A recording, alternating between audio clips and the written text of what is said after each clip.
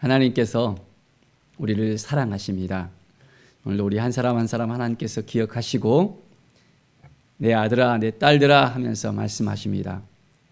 주님의 은혜 앞에 나아가며 주님의 사랑 앞에 나아가며 주님이 우리를 끝까지 붙들으시고 함께해 주신다는 것을 믿음으로 고백하면서 흔들리지 아니하고 하나님만 바라보는 우리 모두의 삶이 되기를 축복합니다. 오늘 말씀은 에스겔 41장에서 44장까지의 말씀입니다. 이제 성전에 대해서 구체적으로 하나님께서 말씀하십니다. 성전의 그 크기가 어떠하며 그 안에 지성소와 성소와 또한 모든 성전에 있는 모든 그 건물에 대한 것을 하나하나 벽의 두께까지 알려주시면서 나아갑니다. 하나님의 은혜를 받은 우리들이 이제는 어떻게 나아가야 될지 오늘 말씀을 통해서 하나님의 마음을 얻는 귀한 시간이 되기를 바랍니다. 사랑하는 여러분, 하나님의 성전 안에 거하고 싶습니까? 하나님의 성전이 누가 들어갈 수 있다고 했죠? 바로 그것은 제사장이 들어갈 수 있는 것입니다.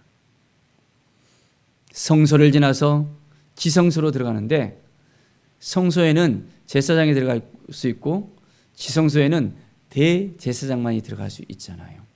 자, 그런데 우리의 존재는 어떻게 됩니까?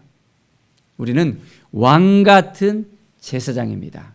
왕 같은 제사장으로서 하나님이 우리를 불러주시고 이제는 뜰을 지나서 성소에 들어갈 수 있는 자격이 되었습니다. 더불어서 이제는 지성소까지 들어갈 수 있게 되었죠. 왜 그렇죠? 바로 예수 그리스도를 통해서 우리는 지성소로 들어갈 수 있게 되었습니다. 지성소로 들어갈 수 있는 그 사건이 어떤 사건이 있었나요? 바로 예수님께서 십자가에 못 박혀 죽으시는 그날 이제는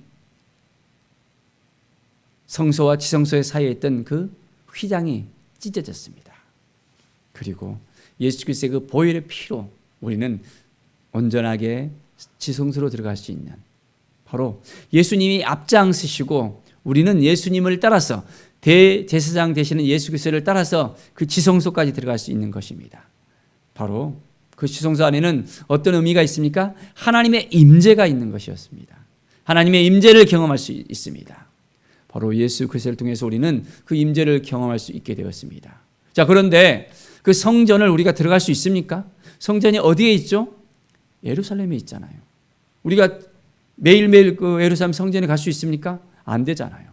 그런데 오순절 성령의 그 강림함을 통해서 이제는 우리를 성전 삼아 주시겠다고 약속해 주셨고 바로 성령의 전으로서 우리를 인도해 주셨다는 이 사실을 우리가 모두가 알고 있습니다. 자, 그래서 이제는 그 지성소에서 하나님이 우리를 만나 주신 것처럼 우리를 성소 삼아 주시고 우리가 이제는 예수 그리스도로 말미암아 지성소까지 들어갈 수 있는 것입니다. 어디에서? 우리의 마음의 성전 가운데서 예수 그리스도를 통해서 하나님 아버지의 그 임재를 하나님의 그 임재를 경험할 수 있게 되었습니다. 이것을 우리가 머리로서만 알면 안 됩니다. 지식으로서만 알면 안 되고 우리의 가슴으로서 우리는 알아야 되고 매일매일 하나님과의 그런 만남을 가질 수 있어야 됩니다. 인격적인 만남을 통해서 하나님과 우리의 관계가 더욱더 깊어질 수 있어야 되고 우리가 전적으로 하나님을 의지하고 하나님을 바라볼 때마다 이제는 하나님께서 우리에게 말씀하시고 인도하시고 우리를 새롭게 해주시는 그 모든 것을 우리가 경험할 수 있어야 됩니다. 정말 그러한 삶을 살고 계십니까? 아니면 아직까지도 힘들고 어렵게 하나님을 만나는 것이 어렵습니까? 매일매일 우리는 하나님을 만나야 됩니다. 하나님을 만날 때 우리의 삶은 더욱더 새롭게 될 수 있습니다. 42장 14절에 보면 제사장의 의복에 대해서 또 나오고 있습니다. 의복은 거룩함으로 제사장이 성소에 들어갔다가 나올 때 바로 바깥들로 나가지 못하고 수송들은 그 의복을 그 방에 두고 다른 옷을 입고 백성의 뜰로 나갈 것이니라. 거룩한 옷을 입어야 됩니다. 누구로 말미암아? 예수 그리스도로 말미암아 우리는 거룩한 옷을 입어야 됩니다. 제사장이 입던 그 옷이 바로 우리는 예수 그리스도를 말미암아 새롭게 우리가 옷 입게 되었습니다. 우리의 삶이 거룩한 옷으로서 치장이 되어 있습니까? 아니면 우리의 삶이 너무나도 힘들고 왜 저렇게 살지 하면서 손가락 받는 그런 삶을 살고 있습니까? 아니면 하나님이신 그 마음을 가지고 우리의 삶이 승리의 삶으로서 하나님께서 기뻐하시는 삶으로서 살고 있습니까? 우리는 성전의 삶을 살아야 됩니다. 하나님이 주신 그 마음을 가지고 날마다 거룩한 삶을 살아야 됩니다. 우리의 삶은 성별되어 있습니다. 구별됐단 말이 무엇인가요? 우리가 이 세상을 살면서도 이 세상 안에 있으면서도 우리는 구별된 것입니다. 하나님의 마음을 가지고 우리는 온전하게 하나님을 바라보면서 나아갑시다. 43장 5절에 보면 영이 나를 들어데리고 안뜰로 들어가시기로 내가 보니 여호와의 영광이 성전에 가득하더라. 하나님의 성령의 인도함을 받는 우리의 삶이 되어져야 되겠습니다. 하나님의 영광이 우리 가운데 임하기를, 우리가 그 영광을 경험하고 그 영광 가운데 나아가며 그것을 체험하면서 이제는 하나님의 임재 가운데 온전하게 거할 수 있어야 합니다. 날마다 하나님을 만나십니까? 어떻게 만나야 되는데요? 어떻게 해야 되죠? 이렇게 질문하는 사람도 있습니다. 우리는 매일매일 하나님 앞에 더 가까이 나갈 수 있습니다. 먼 데 있는 하나님이 아닙니다. 우리를 성전 삼으시고 우리 안에 거하시겠다 약속했잖아요. 그럼 우리가 어디로 가서 만날 수 있습니까? 바로 우리가 거하는 바로 그 위치에서 우리는 하나님을 만날 수 있습니다.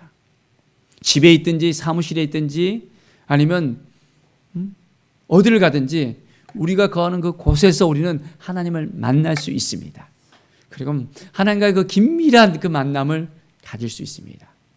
바로 기도는 뭐라고 했습니까? 하나님과의 그 대화입니다. 우리가 친구들이랑 가족들이랑 대화하잖아요. 주고받고 하면서 가족들의 마음을 알고 이해하고 친구들의 마음을 이해하고 내 생각을 전하고 하면서 인격적인 관계에서 서로 주고받고 하잖아요. 마찬가지입니다. 하나님과의 그 대화에 있어서도 인격적으로 주고받고 대화할 수 있어야 됩니다. 그냥 허공을 외치면서 그냥 하나님께 기도하는 것이 아니라 친밀함으로 하나님과의 그런 만남이 있어야 됩니다.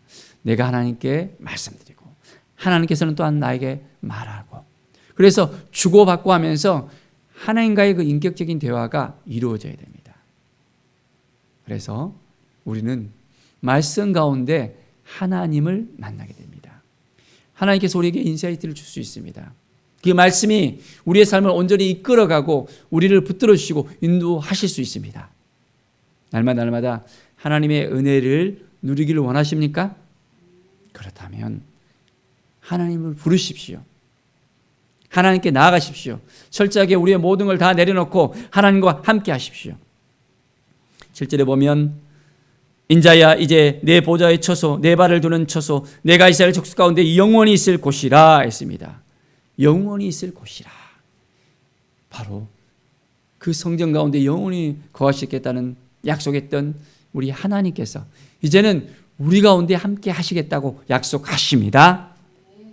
영원히 우리와 함께 하시는 하나님을 정말 믿고 따르겠습니까? 하나님이 우리를 떠나가지 않습니다. 하나님이 우리와 함께 한다고 약속했는데 떠나겠습니까? 그 약속을 그대로 지키시는 하나님이십니다. 그런데 문제는 우리가 그것을 망각한다는 것입니다. 하나님이 우리와 함께 하시는데도 우리는 함께 하시는 그 하나님을 인식하지 못하고 있습니다. 그냥 거리를 두고 있어요. 혹여나 하나님께서 뭘 시키지는 않을까, 뭘 요구하지 않을까, 어떤 것들 헌신을 또한 요구하지 않을까, 뭔가 내가 감당하지 못할 것을 갖다가 하나님께서 말씀하지를 않나 하면서 우리는 거리를 두려고 하는 마음이 있습니다. 모든 걸 하나님께 맡겨야 됩니다. 하나님께서 우리의 모든 걸 잘 알고 계시잖아요. 우리의 필요를 알고 계시고 우리의 모든 걸 다 알고 계시는 분이십니다. 하나님은 모든 걸 다 갖고 계시고 모든 걸 할 수 있는 분이십니다. 우리에게 요구할 때 왜 그것을 요구하실까요? 그것은 우리가 정말 필요한 것이 무엇인지를 우리에게 알게 하시기 위해서, 하나님께서 우리에게 정말 많은 것을 주시기 위해서 우리에게 말씀하시는 것입니다. 이것을 우리가 알아야 돼요. 그런데 우리의 마음은 문을 딱 잠가놓고 내 귀에 좋게 들리는 것만 네 알겠어요 하면서 문을 열려고 합니다. 긴밀한 관계 속에서 하나님께 더 가까이 나가야 되는데 그렇지 못하는 우리의 그 마음이 있는 것을 볼 수 있습니다. 날마다 우리는 하나님 앞에 나아갑시다. 43장 27절을 보면 제사장이 제단 위에서 너희 번제와 감사제를 드릴 것이라. 그리하면 내가 너희를 즐겁게 받으리라. 주 여호와의 말씀이니라. 자, 내가 너희를 즐겁게 받으신다고 말씀하십니다. 이제는 온전한 삶으로서 우리는 하나님께 삶의 제사를 드려야 됩니다. 그러면 하나님께서 우리를 받으십니다. 우리와 함께 하시는 하나님, 우리를 도와주시는 하나님, 우리를 이끌으시는 하나님께서 우리와 함께 하셔서 우리의 평생 동안 우리를 이끌어 주십니다. 날마다 하나님을 바라보면서 나아가십시다. 주님의 그 뜻이 무엇인지를 깨닫고 나아가십시다. 하나님께서는 우리와 함께 하시는 하나님이십니다.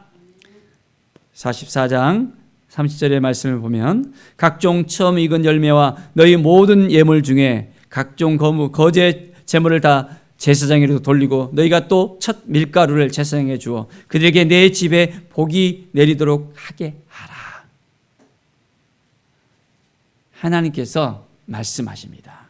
이제는 처음 익은 열매와 너희 모든 예물 중에서 각종 거제 제물을 이제는 누구에게 돌리고 다 제사장에게 돌리고, 제사장은 따로 기업을 받지 못했습니다.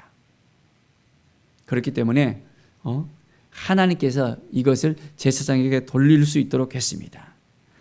또 첫 밀가루를 제사장에게 주고 첫 것을 또 드려서 이제는 바로 내 집에 복이 내리도록 하라. 하나님께 헌신한 사람들, 하나님께 온전하게 모든 걸 다 드린 사람이 있습니까? 바로 그들을 이제는 대접하고 그들의 필요를 채우고 그들에게 나눔을 하게 된다면 하나님께서 채워주시는 역사가 일어나게 되어집니다. 유대인들은 제다카 정신을 통해서 그들에게 주신 그 모든 것을 나누잖아요. 이웃에게 나누고 또한 나눔을 통해서 하나님께서 차고 넘치는 역사를 허락하십니다. 자기만 배불리 지내는 것이 아니라 나눔이 있는 곳에 하나님께서 놀라운 하늘의 복을 부어주시고 하나님께서 함께해 주시는 것을 우리는 분명히 알게 됩니다. 사랑하는 여러분, 우리의 삶은 나눔의 삶이 될 수 있어야 됩니다. 우리의 삶은 온전히 헌신의 삶이 될 수 있어야 됩니다. 희생의 삶이 될 수 있어야 됩니다. 내 것만 찾고 내 것만 얻으려고 나의 것으로 만들려고 막 바둥거리고 사는 것이 아니라 우리의 모든 걸 다 나눌 때 우리의 주신 건 다 하나님의 것이잖아요. 하나님 우리에게 선물로 주신 거잖아요. 그것을 감사하면서 나눌 때 하나님께서는 더 모든 더 큰 것을 우리에게 넘치도록 허락해 주시는 분이십니다. 살아계신 하나님, 바로 우리 아버지께서 우리에게 이제는 복을 내릴 수 있도록 우리의 삶이 더욱더 하나님이 주신 그 마음을 가지고 나누면서 기뻐하면서 헌신하면서 하나님의 영광을 위해서 살아가는 우리 모두가 되어지기를 간절히 축원드립니다. 기도하겠습니다. 하나님 감사합니다. 매일매일의 삶 가운데서 하나님을 의지하고 하나님을 바라보길 원합니다. 너무나도 부족합니다. 연약합니다. 때로는 움켜쥐려고 하는 우리의 마음이 있습니다. 나누지 못한 우리의 마음이 있습니다. 하나님 도와주시고 함께하여 주시옵소서. 우리의 10년 가운데 하나님의 마음을 품고 온전하게 나누는 삶을 살게 하여 주시옵소서. 특별히 우리 세계의 제일교회가 나눔이 있는 교회가 되길 원합니다.